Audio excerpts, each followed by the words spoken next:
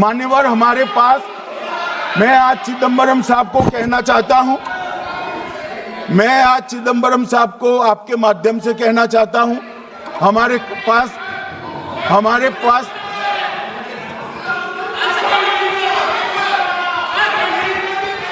मान्यवर, हमारे पास प्रूफ है, वो भी मैं सदन के सामने रखना चाहता हूं कि तीनों पाकिस्तानी थे। 3 में से 2 के पाकिस्तान के वोटर नंबर भी आज हमारे पास उपलब्ध है। मान्यवर, ये राइफलें हैं, ये राइफलें भी हमारे पास उपलब्ध है। इनके पास से जो चॉकलेटें मिली हैं, वो चॉकलेटें ढोक में से मिली, वो भी पाकिस्तान की बनाई हुई चॉकलेट है। मान्यवर, ये कहते हैं कि पाकिस्तानी नहीं थे, इसका मतलब पूरी दुनिया के सामने इस देश का एक पूर्व गृह मंत्री पाकिस्तान को क्लीन चिट दे रहा है। और मान्यवर, वो पाकिस्तानी आतंकवादी नहीं थे, ऐसा बोलकर श्री चिदम्बरम अगर पाकिस्तानी आतंकवादी नहीं थे तो पाकिस्तान पर हमला क्यों किया, वो भी सवाल खड़ा कर रहे हैं। मान्यवर, आज पूरी दुनिया ने हमारे संसद सदस्य गए थे, स्वीकारा था कि हमला पाकिस्तान ने किया है। और इस देश का गृह मंत्री जो कांग्रेस पार्टी से आता है, वो कहता है कि क्या सबूत है। अरे मुझसे मांगते, मैं दे देता, टीवी से मांगते हैं, पूरी दुनिया के सामने उजागर करते हैं, सच सुबह खड़ा करते हैं। पाकिस्तान को बचाने का इनका ये षड्यंत्र आज 130 करोड़ लोग जान रहे हैं। बच नहीं पाओगे आप लोग, बच नहीं पाओगे। मान्यवर,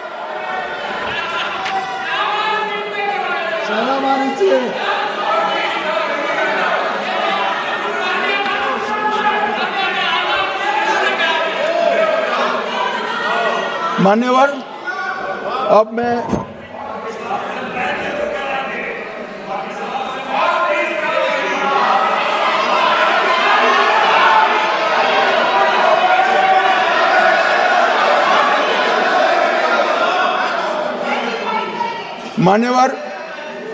अब मैं पहलगांव आतंकी हमला और ऑपरेशन सिंदूर, ये दोनों घटनाक्रम के लिए मान्यवर ये अभी से थक जाते हैं।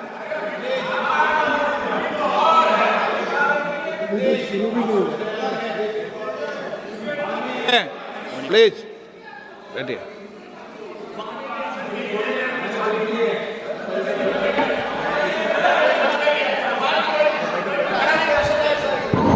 मान्यवर, मैं आपके माध्यम से कहना चाहता हूं, थोड़ा धैर्य रखे भैया, अभी तो शुरू हुआ है, अभी तो शुरू हुआ है। मान्यवर,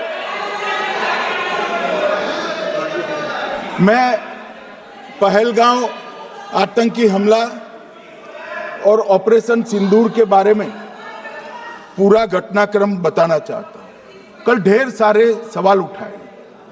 वैसे तो मुझे लगता था कि कल रक्षा मंत्री जी के भाषण के बाद शायद कांग्रेस पार्टी सपोर्ट में भाषण देना शुरू करेगी और अगर थोड़ी बहुत जनता की इच्छा की परख होती तो वो ही करते, मगर नहीं करा, क्योंकि रक्षा मंत्री जी ने बहुत बारीकी से ऑपरेशन सिंदूर की सफलता, इसकी जरूरियात, इसकी प्रासंगिकता और इसके परिणाम, इसके बारे में बहुत अच्छे तरीके से सदन के माध्यम से पूरी देश की जनता के सामने रखा जाए। मगर फिर भी उन्होंने बहुत सारे सवाल किए। अब सवाल किए हैं तो मुझे जवाब देना भी पड़ेगा, उनको सुनना भी पड़ेगा। मान्यवर, मैं पूरा घटनाक्रम बताना चाहता हूं। मान्यवर, 22 अप्रैल को पहलगांव में आतंकवादी हमला हुआ। इसमें 26 लोग मारे गए, 25 भारतीय और 1 नेपाली नागरिक। हमने उसी वक्त मैं श्रीनगर जाने के लिए निकल गया रात को ही सुरक्षा बलों की मीटिंग कर ये भाग न पाए, इसकी व्यवस्था की। माननीय मोदी जी ने 23 और 30 अप्रैल को सीसीएस की मीटिंग चेयर की। ये कह रहे हैं, मैं आज बताना चाहता हूं कि सीसीएस की 23 अप्रैल की मीटिंग में क्या हुआ। सबसे पहला कांग्रेस पार्टी का ब्लंडर था सिंधु जल संधि, इसको स्थगित करने का काम नरेंद्र मोदी जी ने किया। हमने अटारी के माध्यम से एकीकृत जांच चौकी जो चलती थी उसको बंद कर दिया। पाकिस्तानी नागरिकों के सार्क वीजा को सस्पेंड कर सभी को वापस पाकिस्तान भेजने का काम किया। पाकिस्तान स्थित उच्चायोग ने रक्षा, सैन्य, नौसेना के सलाहकारों को अवांछनीय व्यक्ति घोषित किया, संख्या को 55 से घटाकर 30 किया और सीसीएस ने ये संकल्प लिया कि जहां पर भी ये आतंकवादी छुपे हैं उनको और उनकी ट्रेनिंग करने वाले अड्डों को सेना, पुलिस, सीआरपीएफ, बीएसएफ उचित जवाब देगी।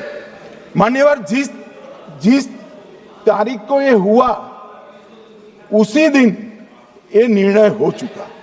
मान्यवर, इसके बाद में कल गोगाई जी कहते थे मोदी जी 24 को पहलगाम जाने की जगह बिहार गए।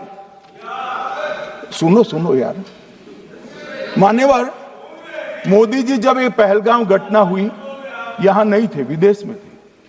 आने के बाद तुरंत सीसीएस बैठक की और मोदी जी जिस दिन बिहार गए उस दिन पहलगाम में कुछ नहीं, कोई नहीं था, सिर्फ राहुल गांधी थे।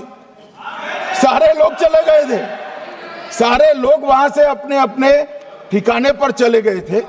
मगर इन्होंने एक बात कही, उस पर मेरी आपत्ति है मान्यवर। उन्होंने कहा 24 अप्रैल को चुनावी भाषण किया।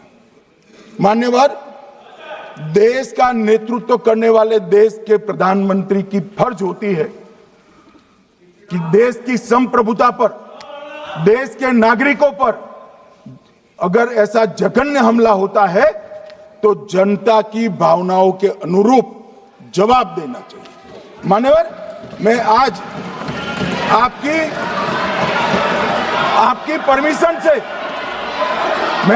परमिशन से मोदी जी के बिहार भाषण के कुछ अंश पढ़ना चाहता हूं। कोट अनकोट है। 22 अप्रैल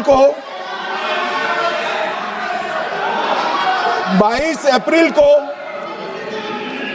पहलगाम का यह हमला केवल निहत्थे पर्यटकों पर नहीं बल्कि पूरे भारत की आत्मा पर एक दुस्साहसपूर्ण प्रहार है। आतंकवाद के प्रति दृढ़ और कड़ा रुख, आतंकियों और इसके हमले की साजिश रखने वालों की कल्पना से भी बढ़कर उनको सजा दी जाए। मान्यवर, महत्वपूर्ण है आतंकियों और इसकी साजिश रचने वाले दोनों को। आतंकियों की बची खुची जमीन भी मिट्टी में मिलाने का समय आ गया है। 140 करोड़ भारतीय इस बात के लिए एकजुट है कि आतंकी आकाओं की कमर तोड़ दी जाएगी। भारत हरेक आतंकवादी और उनके समर्थकों की पहचान करेगा, उनका पता लगाएगा और उन्हें दंडित करेगा। आतंकवाद कभी भी भारत की आत्मा नहीं तोड़ पाएगा। न्याय सुनिश्चित करने का मैं हर संभव प्रयास करूंगा। अनकोट। अब इसमें किसी को चुनावी भाषण दिखाई पड़ता है तो उसकी समझ शक्ति पर बहुत सारे सवालिया निशान लग जाते हैं। ये चुनावी भाषण नहीं है, आतंकवाद के खिलाफ लड़ने का 140 करोड़ भारतीयों का प्रतिघोष है जो मोदी जी ने वहां दिया। इनको चुनावी भाषण दिखाई पड़ता है। जैसे चश्मे होते हैं ऐसी ही दृष्टि होती है। मान्यवर, इसके बाद 30 अप्रैल को मान्यवर 30 अप्रैल को सीसीएस की बैठक हुई। पहले 23 को हुई थी। उसमें सशस्त्र बलों को पूर्ण ऑपरेशन की फ्रीडम दे दी गई। प्रधानमंत्री मोदी जी ने सीसीएस की उपस्थिति में रक्षा मंत्री, एनएसए और सेनाओं के प्रमुख के साथ बैठकर पूर्ण ऑपरेशनल फ्रीडम देने का काम किया और इसके बाद ये ऑपरेशन सिंदूर हुआ। मान्यवर, ऑपरेशन सिंदूर 7 मई को रात को 1:04 से 4 मिनट से 1:24 तक चला। उसमें पाकिस्तान के 9 आतंकी ठिकानों को ध्वस्त कर दिया और पूरी दुनिया ने इसके दृश्य देखे। साहब, इससे बड़ा संयमित हमला नहीं हो सकता। आजकल दुनिया में युद्ध चल रहे हैं, हम देख रहे हैं, बच्चे मर रहे हैं, महिलाएं मर रही, निर्दोष मर रहे। हमने 9 आतंकी अड्डों को समाप्त किया, परंतु एक भी सिविलियन नहीं मारा गया, केवल और केवल आतंकी मारे। स्थान थे मरकज सुभान अल्लाह बहावलपुर, मरकज तैयबा मुरीद के, महमूना जाया कैंप सियालकोट, अरे नाम सुनो काम में आएंगे, सरजाल camp Sialkot, Sawai Nala camp Muzaffarabad, Syedna Bilal camp Muzaffarabad, Gulpur camp Kotli, Barnala camp Bhimber और अब्बास कैंप कोटली। मान्यवर, सर्जिकल स्ट्राइक और एयर स्ट्राइक में हमने पाक ऑक्यूपाई कश्मीर में ही हमला किया, एक प्रकार से भारत के हिस्से पर ही हमला किया। पाक ऑक्यूपाई कश्मीर हमारा ही, तो हमने तो हमारे हिस्से में हमला किया। मगर इस बार 100 किलोमीटर अंदर घुसकर पाकिस्तान की भूमि पर आतंकवादियों को तबाह करने का काम। और मान्यवर, ये आतंकी के ठिकानों पर हमला हुआ, इसमें मारा कौन गया?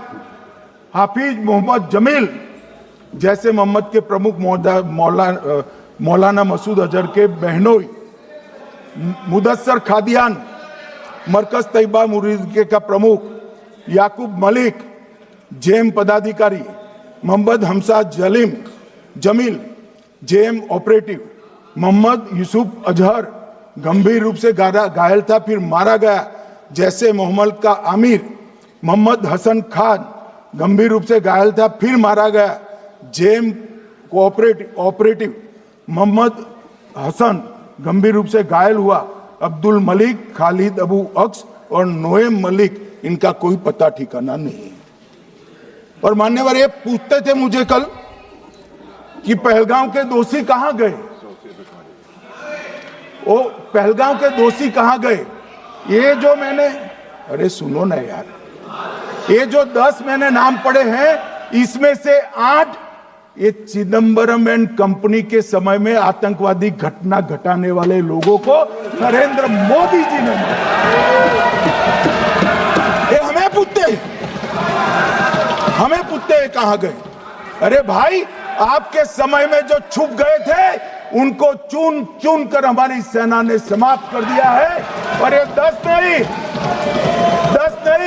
कल राजनाथ जी घबराते घबराते बोले हैं, अब ऑथेंटिक शब्द का है, मैं बढ़ा नहीं सकता, मगर कम से कम 100 लोगों को हमारी सेना ने समाप्त, 100 से अधिक लोगों को हमारी सेना ने समाप्त करने का काम। मान्यवर, और इस पर भी गर्व नहीं कर सकते आप, इस पर भी गर्व नहीं कर सकते।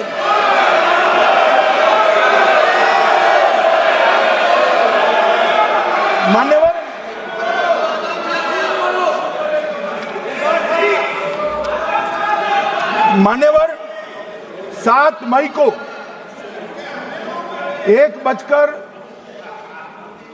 22 मिनट पर ये हमारा काम समाप्त हो गया। हमारे डीजीएमओ ने उनके डीजीएमओ को बता दिया कि भाई, हमने आतंकवादी हमलों पर, स्थानों पर सिर्फ हमला किया है, इनके हेडक्वार्टर पर हमला किया है, जो हमारा आत्मरक्षा का अधिकार है। पूरी दुनिया इसको एक्नॉलेज करती है। ऐसा नहीं हो सकता है मनमोहन सिंह के समय की तरह कि वो आकर मारेंगे और हम चुपचाप बैठे रहेंगे और जाकर चर्चा करेंगे। नरेंद्र सरकार। ऐसा नहीं हो सकता, डोजियर भेजते रहे। मान्यवर, उरी में हमला हुआ, हमने सर्जिकल स्ट्राइक किया। पहलगाम में हमला हुआ, एयर स्ट्राइक करा, और अरे पुलवामा में हुआ, एयर स्ट्राइक करा, और पहलगाम में हमला किया। 100 किलोमीटर अंदर जाकर 9 अड्डों और 100 से ज्यादा आतंकवादी को समाप्त। मान्यवर, अब देखें, हमने तो हमला किया था पाकिस्तान स्थित टेररिस्ट ठिकानों पर। अब पाकिस्तान से गलती हो गई, टेररिस्ट ठिकानों पर जो हमला किया था उसको वो अपने पर का हमला मान बैठे और पूरी दुनिया में कहते थे कि हमारा टेररिज्म से कोई लेन देन नहीं है।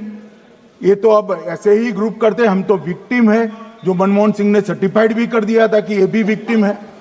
मान्यवर, मगर दूसरे दिन इनकी श्रद्धांजलि का कार्यक्रम हुआ और पाकिस्तान को मालूम नहीं पड़ा कि ये पूरी दुनिया देखेगी।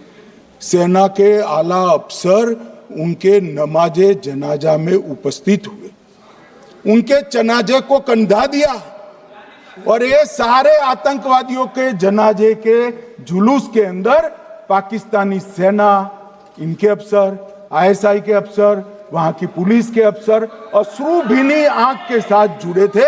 और मान्यवर, ये सिंदूर ने पाकिस्तान को पूरी दुनिया में एक्सपोज कर दिया कि पाकिस्तान के अंदर टेररिज्म स्टेट स्पॉन्सर्ड टेररिज्म है।